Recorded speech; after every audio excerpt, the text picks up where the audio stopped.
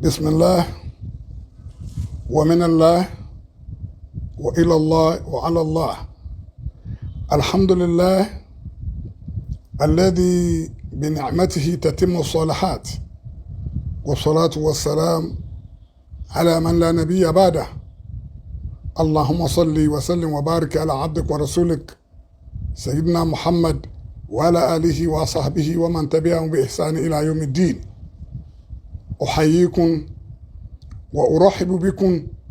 ويسرني أن أقدم إليكم تحية إسلامية. أقول السلام عليكم ورحمة الله وبركاته. ní orúkọ Ọlọ́run ọba tó ga jù gbogbo ọba lọ́ba tí ìfọba jẹ. Ọpẹ́ náà fún Ọlọ́run tí parí ìdẹ̀ra rẹ̀ pẹ̀lú ìkẹ́ rẹ̀, gbogbo ń tọ́da pẹ̀lú kẹ́ẹ̀dì fi parí. Mò ń ṣèkẹ́ṣègẹ̀ fún ẹni tí ó sá nábì mi màlẹ́yìn rẹ̀, mo náà là nábì wa Muhammad. Olúwa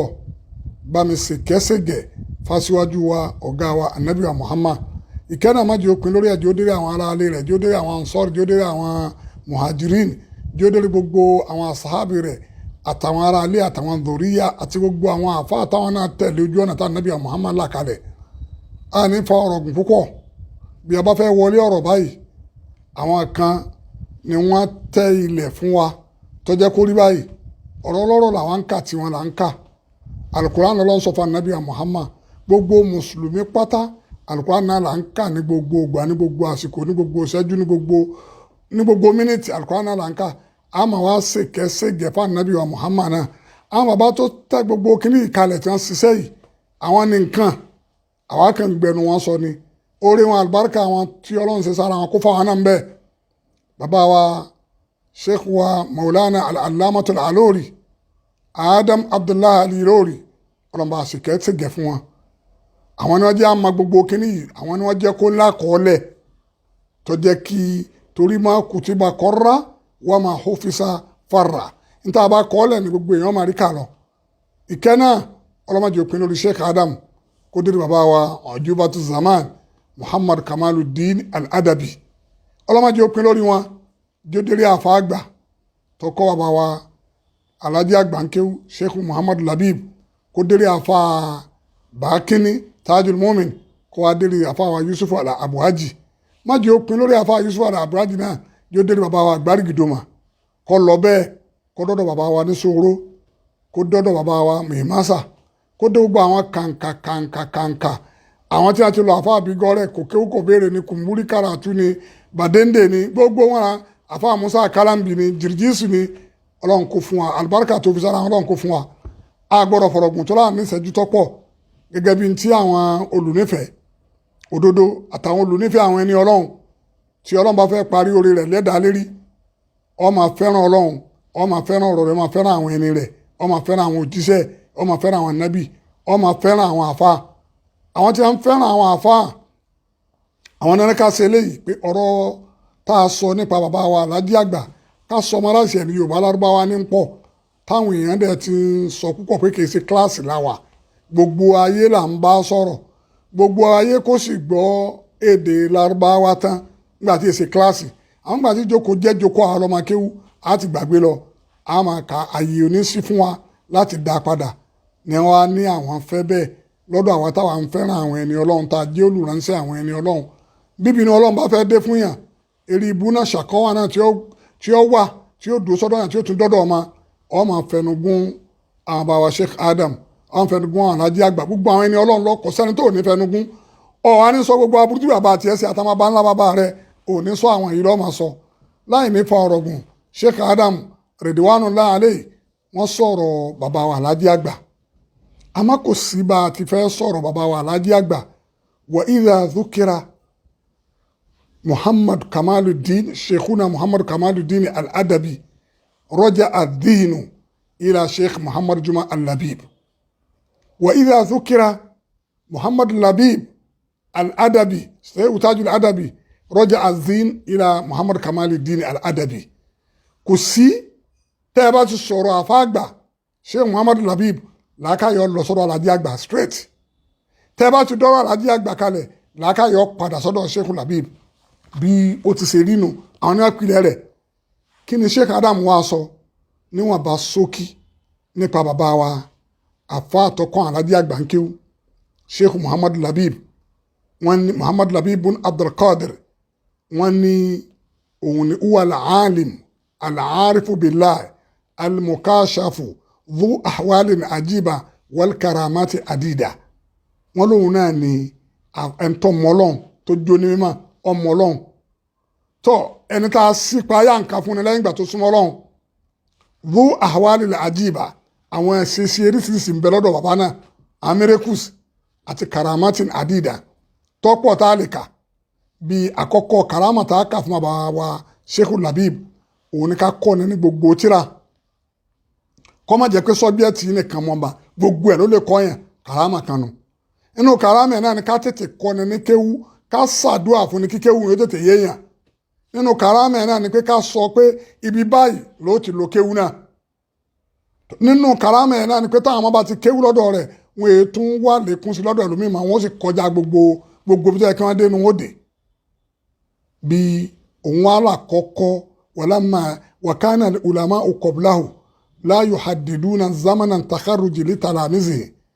àwọn àfáà tó síwájú ẹ̀ wọ́n èé sọ̀gbà pé bàbá yìí ló fi kẹ́kọ̀ọ́ ẹlòmíì akẹ́kọ̀ọ́ 20 years ẹlòmíì akẹ́kọ̀ọ́ 30 years ẹlòmíì 40 years ẹlòmíì ọ̀dà arúgbó síbẹ̀ walamma jaa Muhammadu Labib haddada manhajan wa kutuban wa awaman li talamizihi ó wá fi syllabus kalẹ̀ ó fi tírà kalẹ̀ ó fọdún kalẹ̀ tẹ́ ẹ bá ti lọ ọdún yẹn tán yóò ṣe wòlímà fún yín yóò sì tù yín lẹ̀ ẹ̀ nílò ọdún tó kéré ni náà kàrámàtà lè kàfáfá nù bíi ká tẹ́ àwọ̀ ṣeré fúnfún ká jókòó kárìnrìn tó jìnnà láàrin ìṣẹ́jú kan tọ́ bàbá yẹn wá kú mata Sheikh Tajul Adab kú wàtàràkà khalifatahu Zakariya ọmọdá wàtìlímísàhu Kamaluddin fa'uma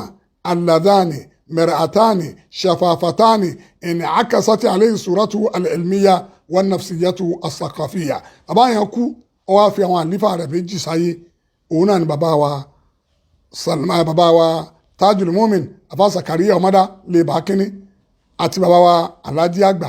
àwọn méjèèjì náà ní gíláàsì kan tí bàbá yẹn ń rìflẹ́tì níbi ìmárè àtọ́lájú rẹ̀ ń bẹ kọ́lọ́nkọ́ wọ́n sàkẹ́ gbogbo wọn papọ̀ tọ́ Alhaji àgbà ni wọ́n á béèrè ọ̀rọ̀ rẹ̀ kí ni bàbá wa sọ bàbá dákọ wọn pé wá Muhammad bin Habibullah bin Musa ó kọ bàbá tó bí Alhaji àgbà nù tọ wọn láwọn fámìlì wọn jiran máa Sheikh Tajul Labib wọn jẹ́ aládùúgbò pẹ̀lú Sheikh Labib alladhi sha'ura bisakaihi an-nadir wa sha'ura bi mustaqbalihi al-bahir afa àtàjù wọn jọ jẹ́ aládùúgbò afa àtàjù tó fura mà pé eléyìí greater tomorrow ni eléyìí ó gudu fẹ́ kọ́ yìí bí láti gbà pé afa àtàjù wò ní lánà tó fi wá mú Sheikh Kamal wa adhina lahu fil was wal muhadara wa umruhu an dhaka 15 sana nígbà tá a rí ọmọ ọdún 15 kó dìde ẹni tó kéré nígbà náà tá a tiẹ̀ ríru ẹ̀ bàbá aláfa tí ọmọ sí wá síbi ọgbọ̀n ọdún 40 ọdún ni àmọ́ Alhaji là kọ́kọ́ àfa àti àrí lọ́mọ ọdún 15 tá a fa rẹ̀ yọ̀ọ̀dà pé kọ́ máa ṣe wá sí tó jẹ́ pé gbà tó fi kẹ́kọ̀ọ́ yìí ó jìnnà ṣé Ádámù wá ní tá a bá ti ẹ̀rí síwájú wọn nínú àwọn lárúbáwá tá a rí Ibnu Taymiya tá a rí Suyuti tá a rí Imamu Shafi'i gbogbo àwọn yìí tamakkanu minan nuduj fi sinni mubakkira wọ́n tètè jiná ní ọdún tí wọ́n ti dàgbà rárá àmọ́ bàbá ní kò sí màá ń bẹ̀ torí lárúbáwá làwọn yìí wọ́n dàgbà sáàrin àfáà yìí wọ́n kẹ́kọ̀ọ́ lọ́dún eléyìí kọ́kọ́ lédè àmọ́ Muhammadu Kamaluddin huwa ajamiyyu tarabba ala yadi sheikh ajami wa ma'a zalika takharraja fi misli sana wa kana bidhalika ayatan min ayatillah wa ajubatan min ajibi dari wa karamatan li sheikh li'annahu awwal man tabakhara wa takharraja fi misli sana bàbá ní Sheikh Kamaluddin ó wá jáde tó jẹ́ pé àfáà tọkọ àfáà yẹn kì í ṣe lárúbáwá àfa àtọkọ kì í ṣe lárúbáwá òun ganan kì í ṣe lárúbáwá kò mú lọ́dọ̀ lé tòun ti bẹ́ẹ̀ òun náà wá jiná before 15 years ẹ̀rí pé léyìí ìmọ̀ ńláńlá lélẹ́yìí ó wá jẹ́ àpèjúwe fún gbogbo ayé ó jẹ́ karama fún àfa rẹ̀ torí nábàgà Muhammadu Kamaluddin fil ulum al-arabiyya hatta hadi asha jami'a ma'asirihi wa rusiko al-fasaha fil was wal muhadara hatta ajaza man qablahu wa atiaba man badahu Sheikh Kamal wá jiná níbi èdè lárúbáwá ó fi wá dálá hán níbi kó ṣe wáàsí Sheikh Kamali dálá hán níbi wáàsí ó dálá hán níbi kó ṣe muhadara tó ó wá ṣe bẹ́ẹ̀ tó fi jẹ́ pé gbogbo àwọn tó ti síwájú ẹ̀ fẹ́ẹ́ rí àwọn kan tó lè ṣe bẹ́ẹ̀ tó àwọn tó wà lẹ́yìn rẹ̀ wá ń dààmú pé tó nǹkan lélẹ́ ìbò láti fẹ́ bẹ́lẹ́ yìí tóró jìnnà síbi ulumul arabiyya ó fi dẹ́rù bá gbogbo oníkálukú kò wá sí wàlàm yẹ́bùkọ mímú àṣíríhì sí Adam lọ́kọ́ eléyìí o wàlàm yẹ́bùkọ mímú àṣíríhì máa lam yàtà àṣàrìbìhì aw lam yaqtabis min àṣàlìbìhì. àwọn afẹ́ rí nínú àwọn tó jẹ́ sí pé wọ́n bá bàbá náà lò gbà táwọn náà dìde àfáǹgbà náà wọ́n lápa tí wọ́n bá mú lọ́dọ̀ rẹ̀ straight wọ́n imitate ẹ̀ ní gbogbo ilẹ̀ Yorùbá bí olúwọba bó ti ṣe fún bàbá wa Alhaji àgbà nìyẹn. bàbá náà wá sọ pé kánà Sheikh Kamaluddin yaqulu al-ash'ara walakinnahu shadidul hirsi alayha tó bàbá wa Alhaji àgbà kọ́dà àbí tó lè dé iṣẹ́ ńlá orin kéwú wọn ni wọ́n á máa kọ orin àwọn náà ń kọrin poet ni wọn orin lárúbáwá sì le jù ó le púpọ̀ jù ẹni tó bá máa orin lárúbáwá 1945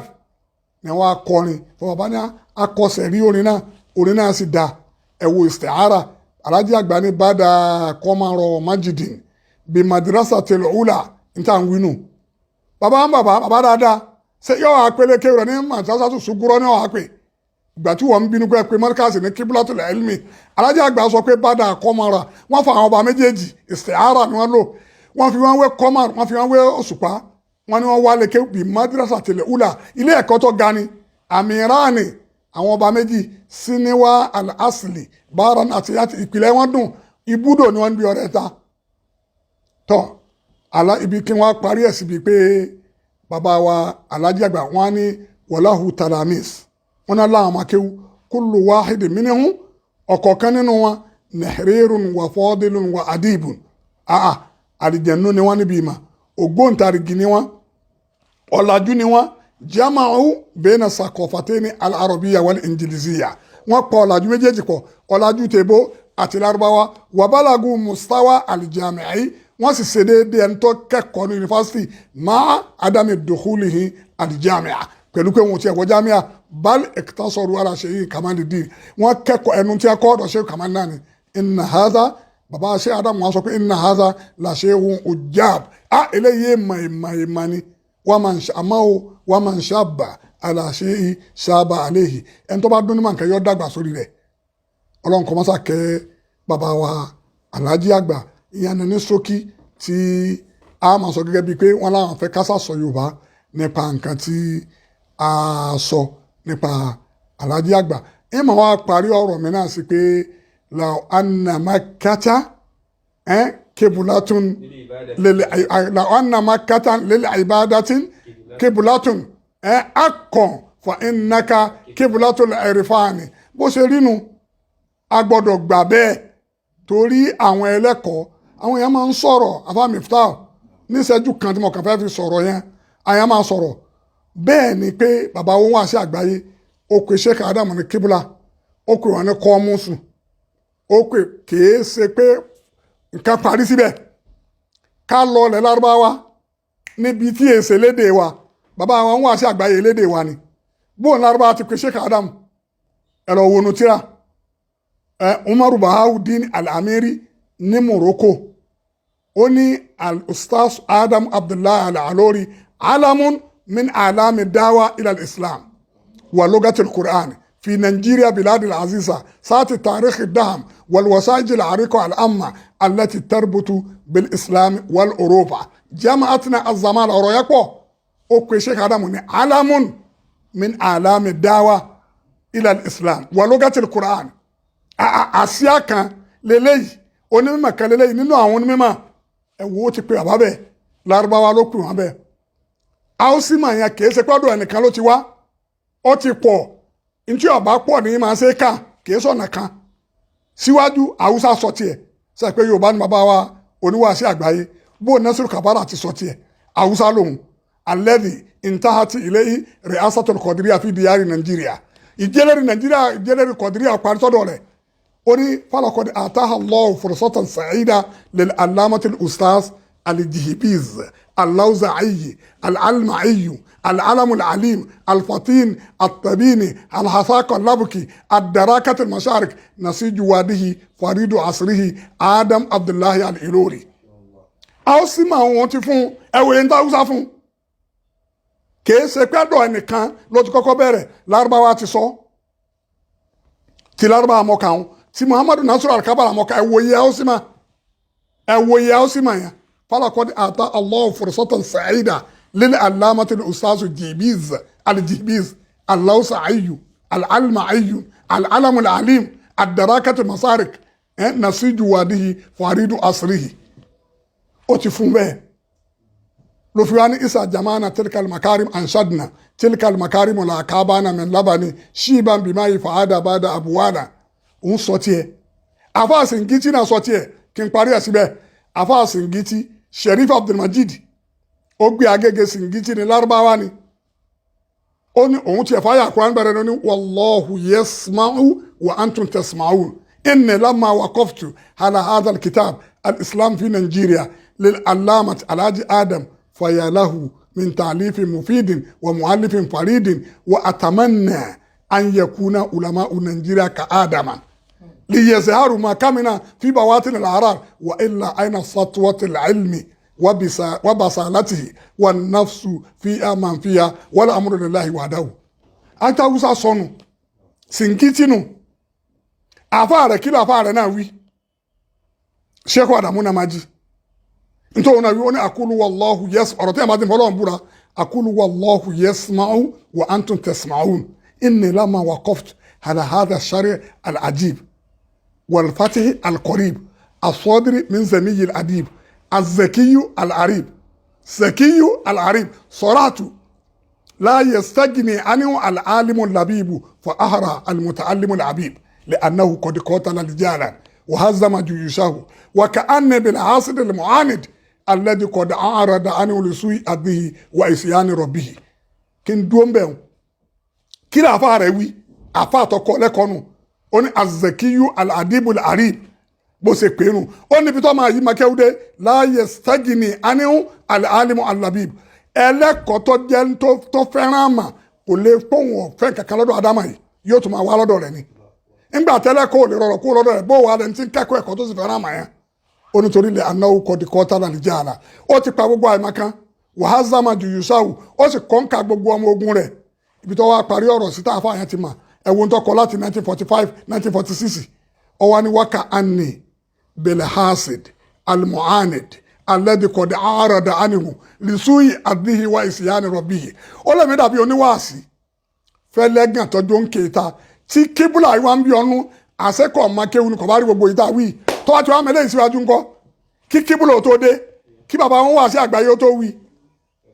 ẹ̀wọ̀n tí àwọn ti wí tẹ́lẹ̀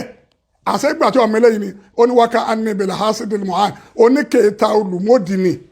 alẹ́dìkọ̀dẹ̀ àárọ̀dà ánìhùn ó ti sẹ́rí kú mọ́ríkàsì gbogbo onú ádámà ń bi kò fẹ́ gbọ́rọ̀ ṣe ádámù kò fẹ́ gbọ́rọ̀ mọ́ríkàsì lè sú í àdìhì torí bad luck tó ní kò nílùú bàbá bẹ́ẹ̀ kò sírù ẹ̀ ń lé wọn kò sírù àfáàrí ò débi tó dé kó mú tá àfáà rẹ̀ kọ́ ẹ kó sẹ́wà